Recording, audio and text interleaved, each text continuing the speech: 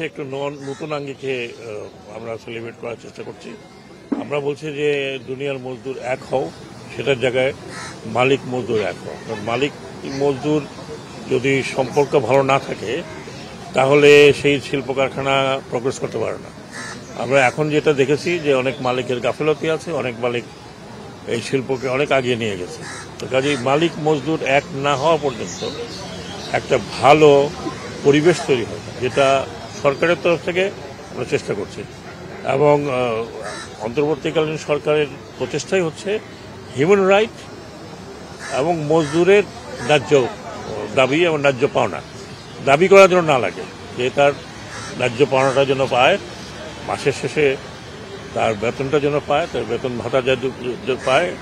আমি বলবো মালিকদের যে তাদের শ্রমিকদের সন্তানের মতো রাখতে। আমরা অনেক কিছু চেষ্টা করছি, সব কিছু সফল হবে কিনা আমরা জানি না। আমরা চেষ্টা করছি যে শ্রমিকদের অন্তত ন্যূনতম যা চাহিদা সেটা যত সময় মতো পূরণ হয়। আমরা চেষ্টা করছি শ্রমিকদের স্বাস্থ্য সুরক্ষা যেন হয়। আমরা চেষ্টা করছি যে ভবিষ্যতে যদি সম্ভব হয় তাহলে শ্রমিকদের আরও কিছু প্রণোদনা দেওয়া।